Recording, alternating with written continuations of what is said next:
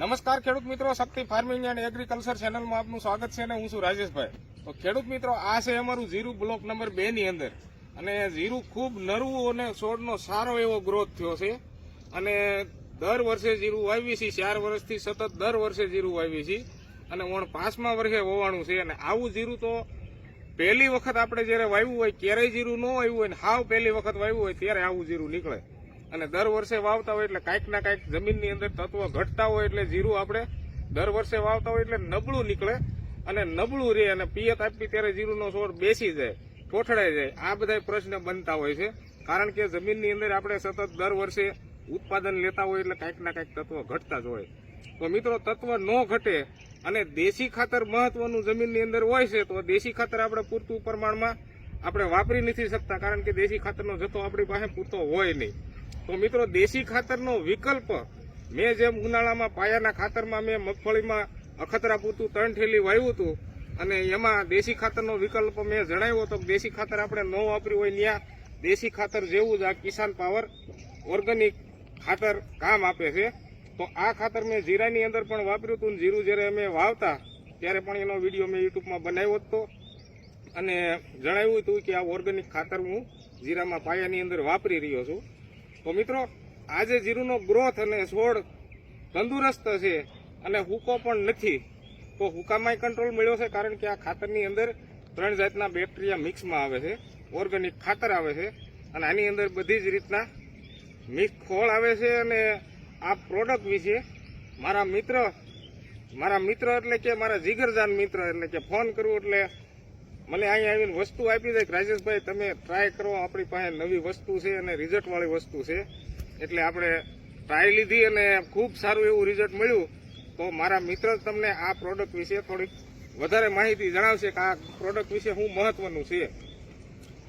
રામ રામ ખેડૂત મિત્રો. હવે જે રાજેશભાઈ આપણે વાત કરી એ રીતથી આ કિસાન પાવર મિક્સ ખોળ આપણી એક પ્રોડક્ટ છે જેમાં એરંડીનો ખોળ, લીંબોડીનો ખોળ, તમાકુનો દળ, મરઘાની ચરક, હાડકાનો ભૂકો, પછી sugar cane compost, trichoderma pseudomonas bacteria, paecilomyces bacteria, azotobacter અને રાઇઝોબિયમ અને પ્લસ જીપ્સમ આટલી મિક્સ એક બેગમાં આટલું મિક્સચર આવે છે કે રાજેશભાઈએ ઉનાળે જ્યારે મગફળીનું વાવેતર કર્યું હતું ત્યારે 3 બેગ ટ્રાય પૂરતી લઈ ગયા હતા.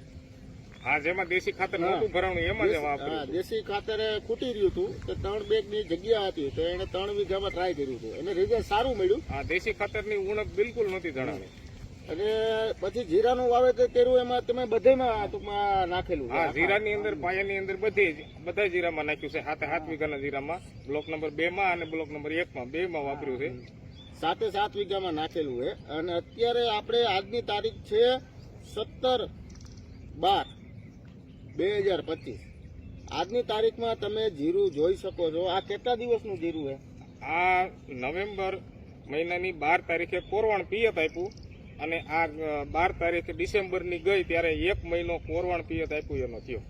બરોબર, મહિનો થયો. મહિનાદીનું જીરું છે. 1 મહિનાનું આ જીરું છે. આ જીરું તમને 1.5-2 મહિનાનું લાગે એ રીતનો ગ્રોથ છે. કેમેરો નજીક લાવીને બતાવી દે. આ જીરુંનો જે છોડ છે એનો ગ્રોથ થયો તમે અને ગ્રીનરી જો. ટૂંકમાં આ જે કિસાન પાવર આપણે જે પાયામાં નાખેલું છે ને આ એની કમાલ છે. ટૂંકમાં ઘણા ખેડૂતને મિત્રો, આવા છોડ તો ક્યારેય મેં જોયા જ નથી કે જીરાની અંદર આટલો બધો ગ્રોથ 1 મહિનાની અંદર જીરું કરી જાય. કારણ કે આમાં જે કાંઈ તત્વ ઘટતા હતા એ જ આને મળી ગયા છે આ કિસાન પાવર ખાતરના લીધેથી. કારણ કે આની અંદર કાર્બન અને દેશી ખાતરને આ જે કાંઈ બધા આની અંદર ખોળ મિક્સ છે અને સાથે બેક્ટેરિયા છે. તો જે છોડને જોતું હતું એ જ મળી ગયું છે. એટલા માટે આ જીરું છોડ તંદુરસ્ત છે અને સારો એવો ગ્રોથ છે. તમને આ છોડ બતાવી. આ જે છોડ તમે જો, આની જે દાંડલી નીકળી છે, દાંડલી પણ એકદમ જાડી નીકળી છે અને થળિયામાંથી ફૂટ થવા મળી છે. અને આ છોડ હજી 1 મહિનાનો જ થયો છે. હજી તમને બીજો છોડ બતાવી. તમે આ જોઈ શકો કેટલો બધો આ છોડનો ગ્રોથ અને જાડો છોડ નીકળ્યો છે. તો મિત્રો, આવી રીતનું કિસાન પાવર ખાતરનું ખૂબ સારું એવું રિઝલ્ટ મળ્યું છે. અને કિસાન પાવર ખાતર વિશે વધારે માહિતી તો મારા મિત્ર લલિતભાઈ આપી જ છે અને હજી આ ખાતર કોઈ મિત્રને લેવું હોય એના વિશે પણ લલિતભાઈ જણાવશે. અને જો કોઈ ખેડૂત મિત્રોને આ ખાતર વાપરવું હશે તો હું નીચે વિડીયોમાં નંબર આપી દઈશ, ત્યાંથી તમને ખાતર મળી જશે. અને કોઈ ખેડૂત મિત્રોને આની વધારે ડિટેલમાં માહિતી જોતી હોય તો એમાં તમે ફોન કરીને વધારે માહિતી પણ મેળવી શકશો. હા, વિડીયોમાં તમે નંબર આપી દઈશું. વિડીયોમાં નંબર આવી જશે. તો ખૂબ ખૂબ આભાર રાજેશભાઈ તમારો. હા, ખૂબ ખૂબ આભાર તમારો. અને આવી સારી વસ્તુ ખેડૂતોને આપતા રહ્યો, જેનાથી ખેડૂતોને રિઝલ્ટ તો મળે, પણ જે ખર્ચા કરે છે ઈ વસૂલ થાય, એમની મહેનત વસૂલ થાય, અને પ્લસમાં કે એનો પાક પણ તંદુરસ્ત રહે અને પાક પણ સારો થાય. હા, અને તમે એક વસ્તુ પૂછવાની રહી ગઈ, આમાં તમે રાસાયણિક ખાતર શું નાખેલું? રાસાયણિક ખાતર આમાં યુરિયા, ડીએપી કે 12-32 હોળ ઈ એકય નથી નાખ્યું. આની સાથે મિક્સ કર્યું હતું એટલા માટે સિંગલ સુપર ફોસ્ફેટ, જે એસએસપી સિંગલ સુપર ફોસ્ફેટ આવે, હાવ ઓછા ગ્રેડનું, ઈ આની સાથે એટલા માટે મિક્સ કર્યું હતું કે આ ખાતર ભૂકામાં આવે છે, ભૂકો ફોર્મમાં આવે છે, એટલે કે હાવ લોટ ટાઈપનું, માટી ટાઈપનું ભૂકો જ આવે છે, એટલે ઓવણીમાં હાલે નહીં. તો સિંગલ સુપર મિક્સ કર્યું એટલે ઓવણીમાં કમ્પ્લીટ હાલ્યું. શું કામ કે સિંગલ સુપરનો દાણો એની અંદર ભળ્યો એટલે થોડોક વજન થઈ ગયો, એટલે ઓવણીમાં જે ઓર હરતો હોય એ હરવા મળ્યો, અને વ્યવસ્થિત ખાતર ઓવણીમાં હાલ્યું, અને વીઘે 1 બેગ વાપરી છે. અને સાથે જે સિંગલ સુપર હતું એ અડધી બેગ મિક્સ કરી હતી. અને સિંગલ સુપર તમારે મિક્સ ન કરવું હોય તો આની સાથે તમે રેતી ભેળવીને પણ ઓવણીમાં નાખો એટલે ઓવણીમાં કમ્પ્લીટ હાલશે. ટૂંકમાં પાયામાં તમે રાસાયણિક કઈ નાખ્યું આ નથી, બીજું કોઈ વસ્તુ નહીં. ટૂંકમાં મિત્રો તમે જેમ રાજેશભાઈનું મુખ્યથી સાંભળ્યું તે રીતે કે રાસાયણિક ખાતર પાયામાં ખાલી સિંગલ સુપર એક જ નાખેલું હોય, ખાલી વજન કરવા માટે. છતાં પણ આ જીરું આ કન્ડિશનમાં છે. અને સિંગલ સુપરની કોઈ વધારે કિંમત પણ નથી. એ 520 રૂપિયાની બેગ આવી હતી 50 કિલોની, અને આઈપીએલ કંપનીનું સિંગલ સુપર હતું. તો એમાં પણ ગ્રેડ હાવ ઓછા આવે છે કેમિકલના, જેમ કે એમાં 16% ફોસ્ફરસ આવે છે, અને 11% સલ્ફર ને કેલ્શિયમ ને આવા બધા હાવ ઓછા ગ્રેડમાં તત્વો આવે છે, જેનાથી આપણી જમીનમાં વધારે પડતું કેમિકલ ફર્ટિલાઇઝર આપણે વાપરતા હોઈએ તો જમીનમાં પણ નુકસાન કરતું હોય છે, અને જમીનની અંદર જે જૈવિક બેક્ટેરિયા રહેતા હોય છે એને પણ આ ફર્ટિલાઇઝર વધારાના નુકસાન કરે છે. તો આ મેં જે આમાં સિંગલ સુપર વાપર્યું એ જે છોડને જરૂરિયાત હતી એટલા જ એમાં ગ્રેડ હતા, એટલે છોડને મળી ગયા છે. જે જોઈએ તો આપણે વધારે ગ્રેડ વાળું ખાતર જમીનની અંદર વાપરવી તો રોગ જીવાત ને આ બધા પ્રશ્નો વધારે થતા હોય છે, કારણ કે જમીનની અંદર જૈવિક બેક્ટેરિયાને જે મિત્ર જીવાણુ છે આ છોડને ટકાવી રાખે, છોડને જીવાડી શકે, અને મૂળને ખોરાક આપવાનું કામ કરે. જે જમીનની અંદર તત્વો પીડ્યા હોય એને લભ્ય સ્વરૂપમાં લાવી અને છોડને તત્વો આપવાનું જે કામ કરતા હોય એ જીવાણુને જ આપણે મારી નાખીએ છીએ વધારે પડતા રાસાયણિક વાપરીને. તો મિત્રો આવી રીતના ઓછા ગ્રેડના ખાતર આની સાથે જો વાપરીએ તો જમીનની અંદર આપણે તત્વની ઉણપ પણ ન જણાય, અને જમીનની અંદર સેન્દ્રીય તત્વ આ ખાતરથી વધે છે, અને બેક્ટેરિયાનું પ્રમાણ વધે, જૈવિક જીવાણુનું પ્રમાણ વધે, જેનાથી જમીનની ફળદ્રુપતા પણ વધે છે. ઉગાવો કેવો ઝડપથી આવ્યો? ઉગાવો ઝડપથી અને એક જ સમાન ઉગાવો.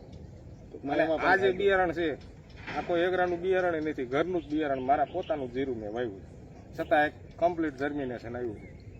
બરોબર. હવે આપણી સાથે આ મનસુખભાઈ કરીને એક ખેડૂત મિત્ર છે કે જીરું જોવા આવ્યા છે, તેનો અભિપ્રાય જાણીએ કે તમને કેવું લાગે જીરું? હું ઘણા સમયથી રાજેશભાઈ પાસેથી હું સલાહ લઉં છું.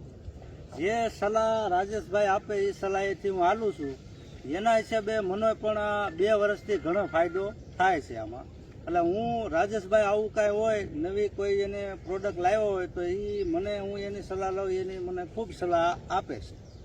હા, અને આજે પણ એ આવ્યા છે કિસાન પાવરનું રિઝલ્ટ જોવા મારા જીરામાં, એટલે મને એને વાત કરી કે ભાઈ મારે કિસાન પાવર આવનારા સમયમાં વાપરવું છે. હવે તો આ જીરુમાં કદાચ પિયત આપવાનું હોય ને તમે ઉપરથી છાંટી અને પિયત આપી શકો તો રિઝલ્ટ થોડું ઘણું મળે, ન મળે એવું નથી, પણ જે પાયામાં આપ્યું હોય જે રિઝલ્ટ મળે એવું અત્યારે હવે આ વાપરવામાં થોડુંક ઓછું મળે એમ, પણ રિઝલ્ટ તો મળે જ છે.